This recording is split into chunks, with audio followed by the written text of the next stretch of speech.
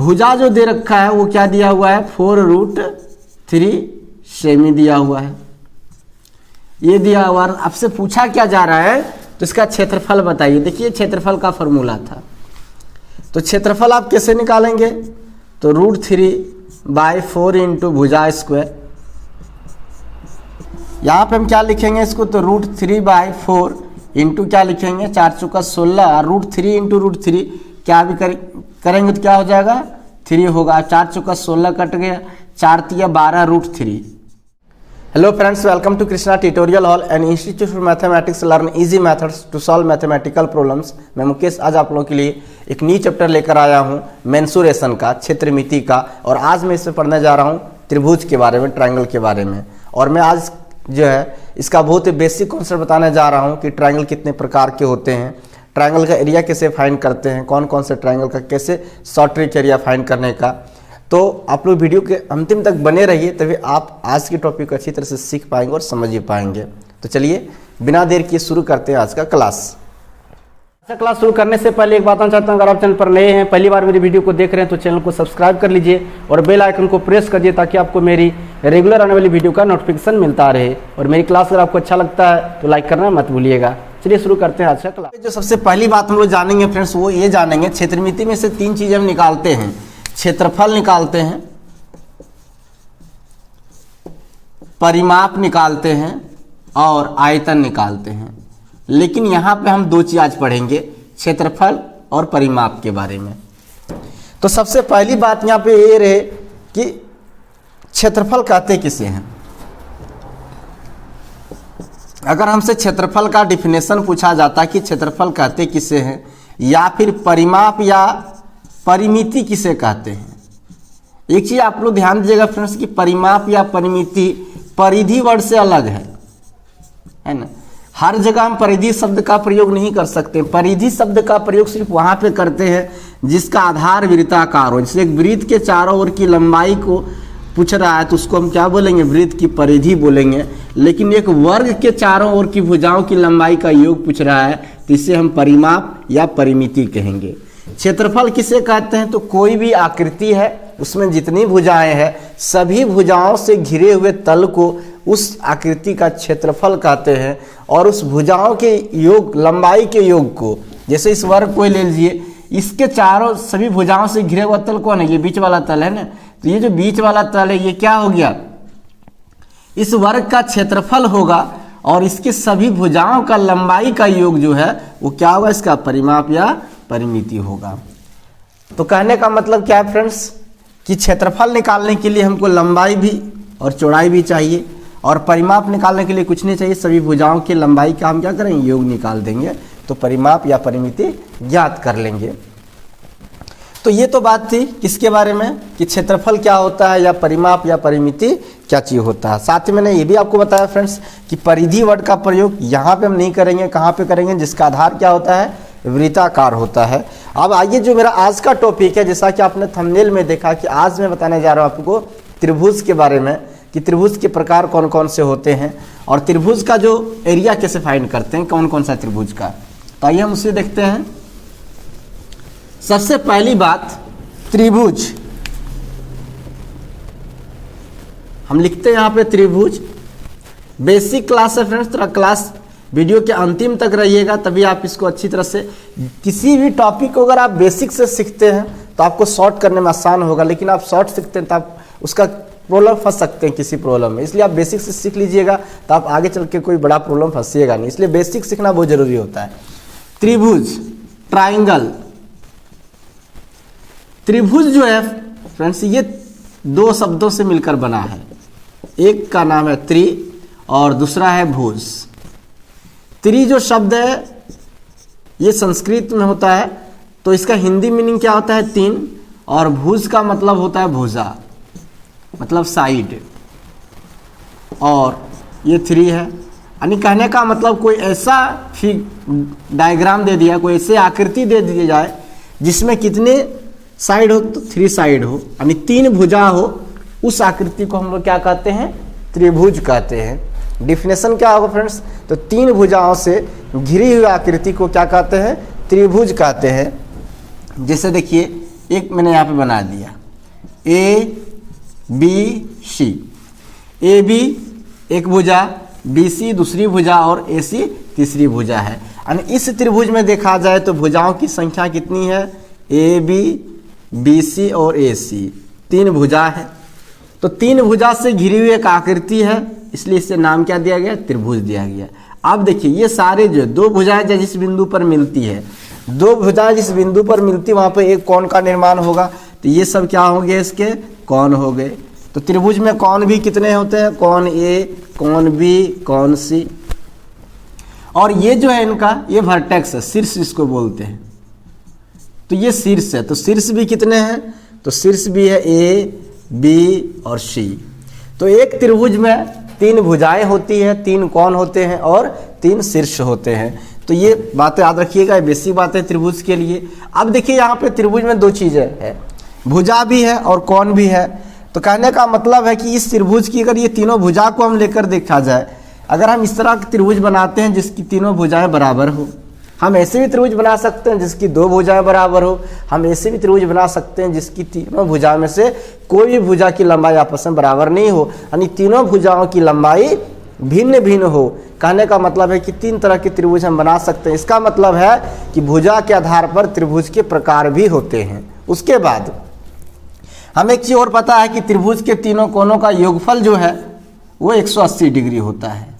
अब 180 डिग्री होता है, अगर तीनों कोणों का माप बराबर हो जाए तो कितना होगा, 3 से डिवाइड कर दीजिए, 3 छक 18, यानी 60 डिग्री करके हो जाएगा। यानी एक ऐसा त्रिभुज जिसकी सभी कोणों का माप 60 डिग्री हो, या फिर ऐसा भी हो सकता है कोई त्रिभुज जिसमें कि कोणों का माप अलग अलग हो, यानी कोण के आधार पर भी त्रिभुज के अलग अलग प्रकार होते हैं। तो जैसा कि मैंने आपको फर्स्ट में बताया था फ्रेंड्स, कि आज मैं जो आपको बताने जा रहा हूँ वो ये बताऊंगा कि त्रिभुज का टाइप कौन कौन सा है और उसके एरिया कैसे कैसे फाइंड करते हैं।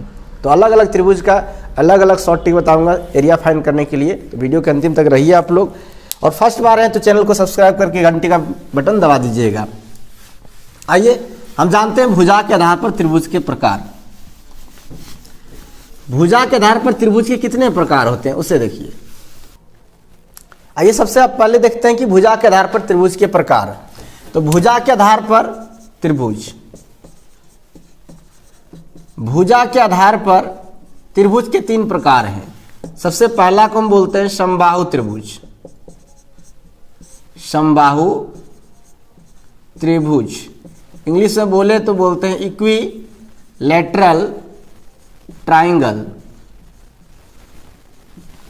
दूसरा है जिसकी 2 भुजाएं आपस में बराबर हो, समद्विबाहु त्रिभुज। समद्विबाहु त्रिभुज, आइसोसेल्स, आइसोसेल्स ट्राइंगल। और तीसरा जो है वो विषमबाहु त्रिभुज है। विषमबाहु त्रिभुज, इसको इंग्लिश में लोग बोलते हैं स्केलिन ट्रायंगल।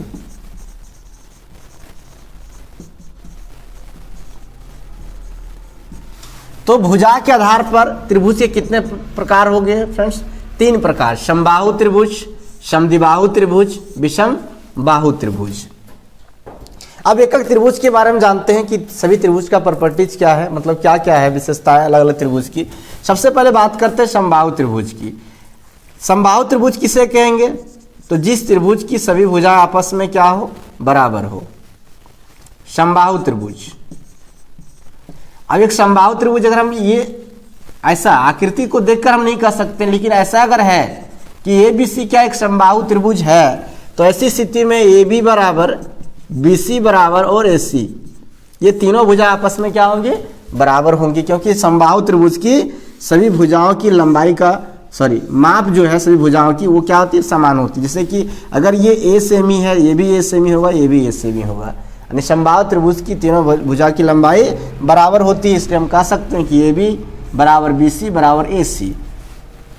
अगर भुजाएं बराबर है तो कोण भी बराबर बनेगा। कितना बनेगा, तो 3 कोण है तो 180 डिग्री होता है, 3 छक 18 60 डिग्री, यानी प्रत्येक कोण जो होता है वो भी क्या होता है, 60 डिग्री का होता है। तो ये दो बातें समबाहु त्रिभुज के लिए, समबाहु त्रिभुज की भुजाएं आपस में बराबर होती है और समबाहु त्रिभुज की प्रत्येक कोण जो है वो क्या होते हैं, 60 डिग्री के होते हैं।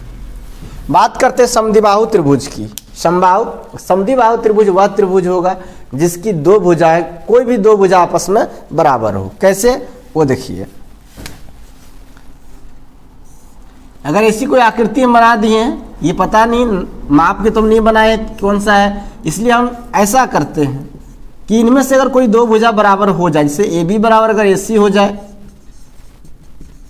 या फिर बी सी बराबर ए बी बराबर बी सी हो जाए, या फिर ए बी बी सी बराबर ए सी हो जाए, किसी भी स्थिति में, इन तीनों स्थिति में दो भुजाएं जहां पे बराबर दिख रहा है, उस स्थिति में क्या होगी, यह त्रिभुज जो है वो समद्विबाहु त्रिभुज कहलाएगा, जहां पे दो भुजा आपस में बराबर होगी। अब देखिए, इसमें एक बात याद रखिएगा, जो दो भुजा आपस में बराबर होगी उसके आधार पर बनने वाला कोण भी आपस में बराबर होगा। अगर ये भुजाएं दोनों आपस में बराबर है तो यहाँ पे बनने वाला कोण भी आपस में क्या होगा, बराबर होगा।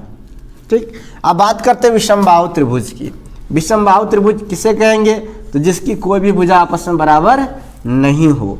जैसे ए बी सी अगर एक त्रिभुज हम बना दिए यहाँ पर, तो इसे हम विषमबाहु उस स्थिति में कहेंगे जब ए बी बराबर नहीं है बी सी और बराबर नहीं है क्या, ए सी। यानी जिस त्रिभुज की कोई भी भुजा आपस में बराबर नहीं है, यानी जिस त्रिभुज की तीनों भुजाओं की लंबाई भिन्न भिन्न हो, उस त्रिभुज को क्या कहेंगे, हम विषमबाहु त्रिभुज कहेंगे। तो फ्रेंड्स, ये जो त्रिभुज का प्रकार था वो किसके आधार पर था, भुजाओं के आधार पर, यानी अलग अलग भुजाओं के आधार पर त्रिभुज के अलग अलग प्रकार थे। आइए हम बात करते हैं कोण के आधार पर त्रिभुज के प्रकार, कि कौन कौन से त्रिभुज होते हैं। कोण के आधार पर भी त्रिभुज के 3 प्रकार होते हैं। कोण के आधार पर वो कौन कौन होता है हम दिखाते हैं। सबसे पहला जो होता है वो है समकोण त्रिभुज। समकोण त्रिभुज जिसे हम लोग इंग्लिश में बोलते हैं right angled triangle,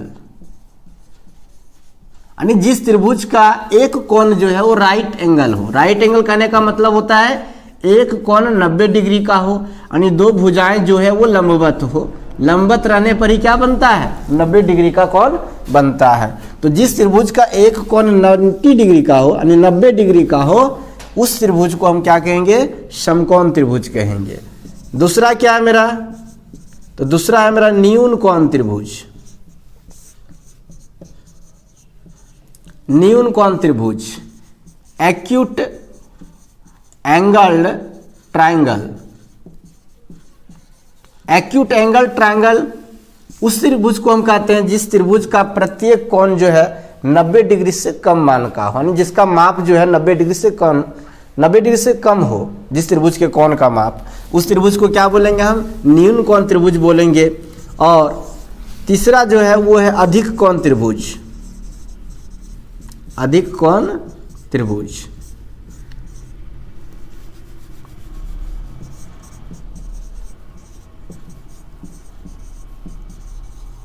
ऑब्टस angled triangle, यानी जिस त्रिभुज का एक कोण 90 डिग्री से अधिक और 180 डिग्री से कम हो, उस त्रिभुज को हम लोग क्या कहेंगे, अधिक कोण त्रिभुज कहेंगे। जैसे यहाँ पर एक त्रिभुज हम बना के दिखाते हैं आपको, ऐसा एक त्रिभुज बना दिए। ये मान लीजिए एंगल क्या 180 डिग्री 120 डिग्री का है। अब ये एंगल 120 डिग्री है, मतलब 90 डिग्री से अधिक है और 180 डिग्री से कम है। तो कहने का मतलब है कि यह त्रिभुज जो है वो कौन सा त्रिभुज होगा, अधिक कोण त्रिभुज होगा। तो फ्रेंड्स, ये था कोण के आधार पर त्रिभुज के प्रकार। समकोण त्रिभुज, जिस त्रिभुज का एक कोण 90 डिग्री का हो। आकृति ऐसे बनती है, देख लीजिए, ए बी सी, ये कोण है 90 डिग्री का, तो ये समकोण त्रिभुज है।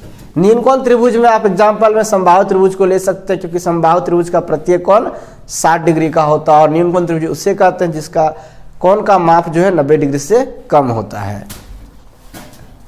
एक समबाहु त्रिभुज में क्या क्या होता है, सॉरी, एक समकोण त्रिभुज में जो फ्रेंड्स याद रखिएगा, 2 न्यून कोण होते हैं और 1 समकोण होते हैं। इसी को ध्यान, समकोण की सामने की भुजा को हम लोग क्या कहते हैं, कर्ण कहते हैं, और शीर्ष ए के सामने को भुजा को आधार कहते हैं, और सी के सामने की भुजा को हम लोग लंब कहते हैं। लेकिन लंब आधार का कोई बात नहीं, लेकिन कर्ण किसे कहते हैं? अगर ये पूछा था हाइपोटेनस किसे कहते हैं, तो समकोण के सम्मुख भुजा को क्या कहते हैं? कर्ण कहते हैं समकोण त्रिभुज में। तो फ्रेंड्स मैंने ये जो बताया आपको, वो बताया कि त्रिभुज के प्रकार, भुजा के आधार पर और कोण के आधार पर। जो आज मैं यहाँ पढ़ाने जा रहा हूँ आप लोगों को, वो क्या है कि क्षेत्रफल और परिमाप कैसे ज्ञात करते हैं। तो आज सबसे पहले हम लोग जानेंगे समबाहु त्रिभुज का क्षेत्रफल कैसे ज्ञात करते हैं। तो आइए शुरू करते हैं, समबाहु त्रिभुज का क्षेत्रफल किस प्रकार से निकालते हैं और उसके शॉर्ट ट्रिक क्या है निकालने का। समबाहु त्रिभुज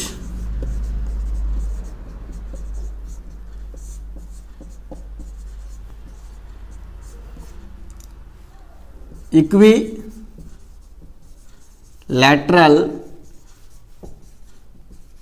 ट्राइंगल।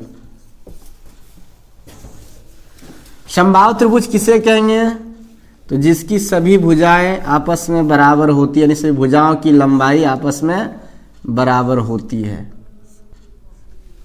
ये मैंने एक बना दिया समबाहु त्रिभुज।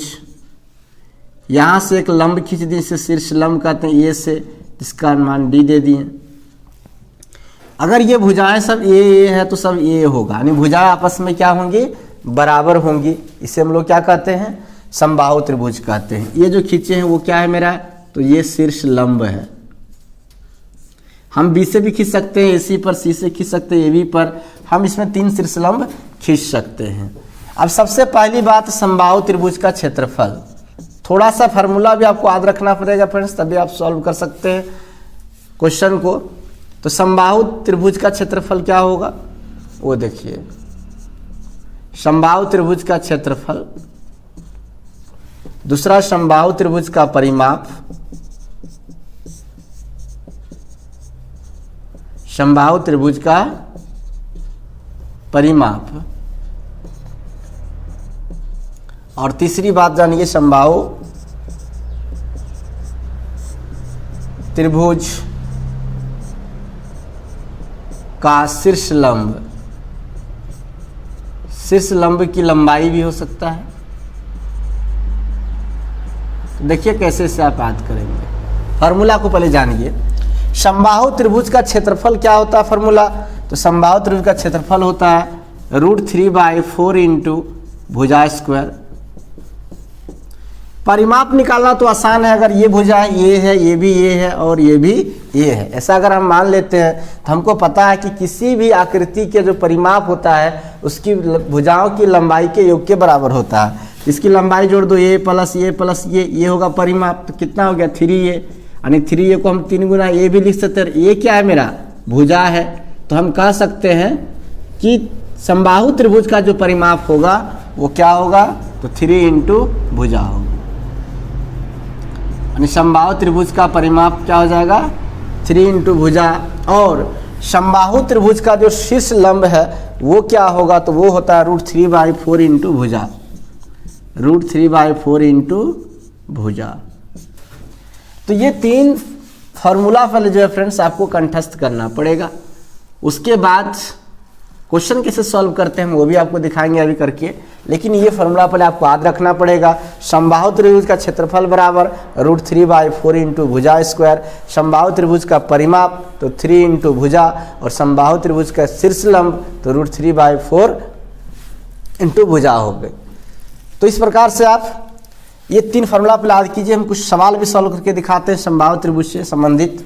जैसे हम पहला सवाल लेते हैं, कहता यदि किसी समबाहु त्रिभुज की एक भुजा 4√3 सेमी है तो उसका क्षेत्रफल होगा। देखिए भुजा जो दे रखा है वो क्या दिया हुआ है? 4√3 सेमी दिया हुआ है।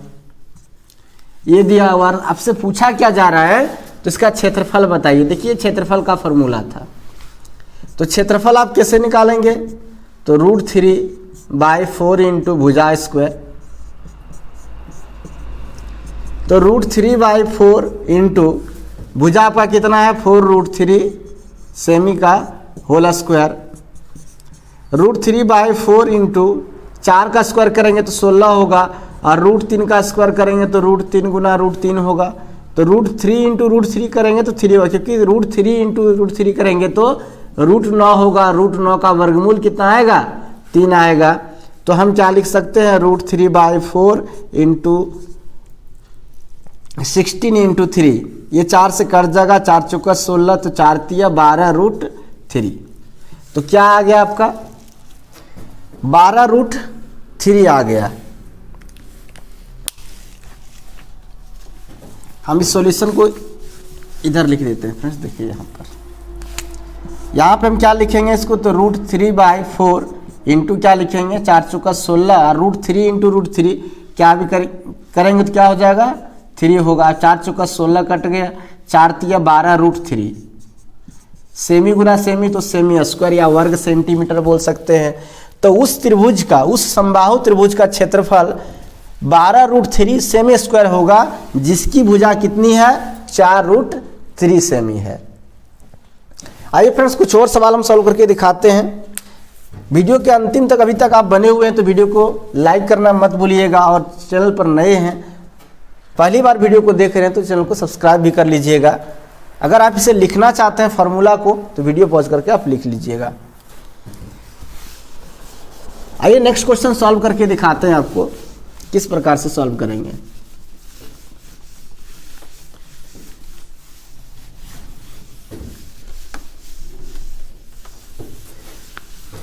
अगला सवाल देखिए फ्रेंड्स, आज जो मैं आपको बताना था फ्रेंड्स वो सिर्फ और सिर्फ मैं बताऊंगा आपको सिर्फ समबाहु त्रिभुज का क्षेत्रफल के बारे में, परिमाप के बारे में, शीर्षलंब कैसे ज्ञात करते हैं, सारे सवाल आपको मैं करवाऊंगा आज।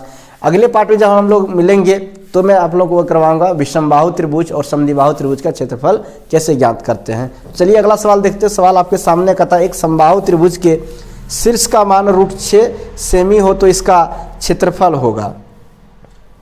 शीर्ष का मान √6 है ऐसा बोला जा रहा है, यानी शीर्ष लंब, शीर्ष का मान अभी जो हम चित्र में दिखाए थे शीर्ष लंब, तो शीर्ष लंब का मान दिया है √6 है समबाहु त्रिभुज।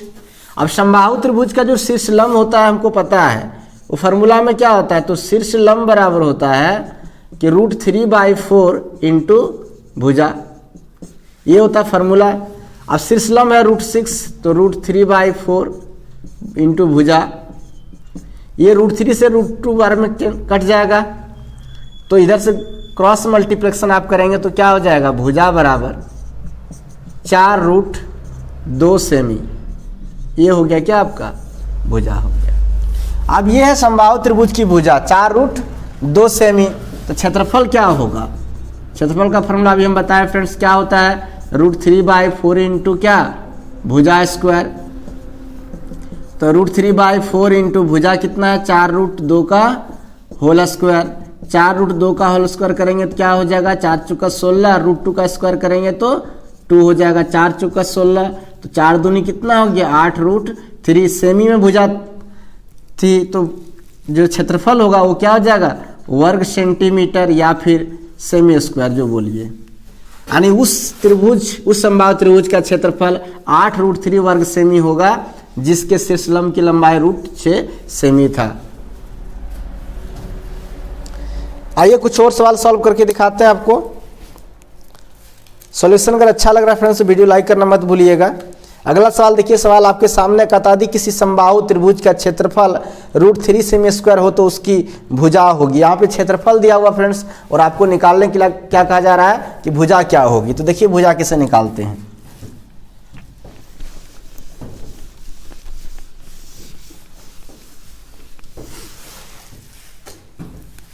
क्षेत्रफल दिया हुआ है √3 सेमी स्क्वायर, ये दिया हुआ है। अब हमें पता है क्षेत्रफल बराबर होता क्या है?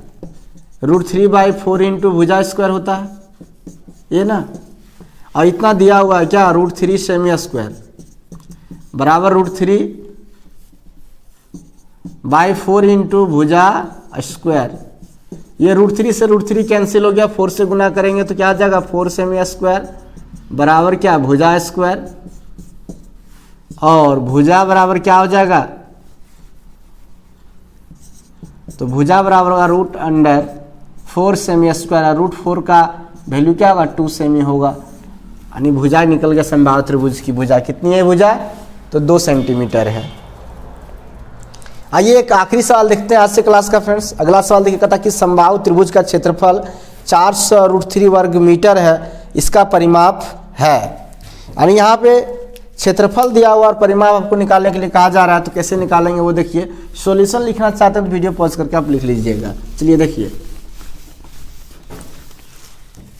जो क्षेत्रफल है, क्षेत्रफल बराबर क्या था, √3/4 इंटू भुजा स्क्वायर बराबर क्या निकल जाता है आपका क्षेत्रफल, और क्षेत्रफल दे रखा है 400√3 सेमी स्क्वायर।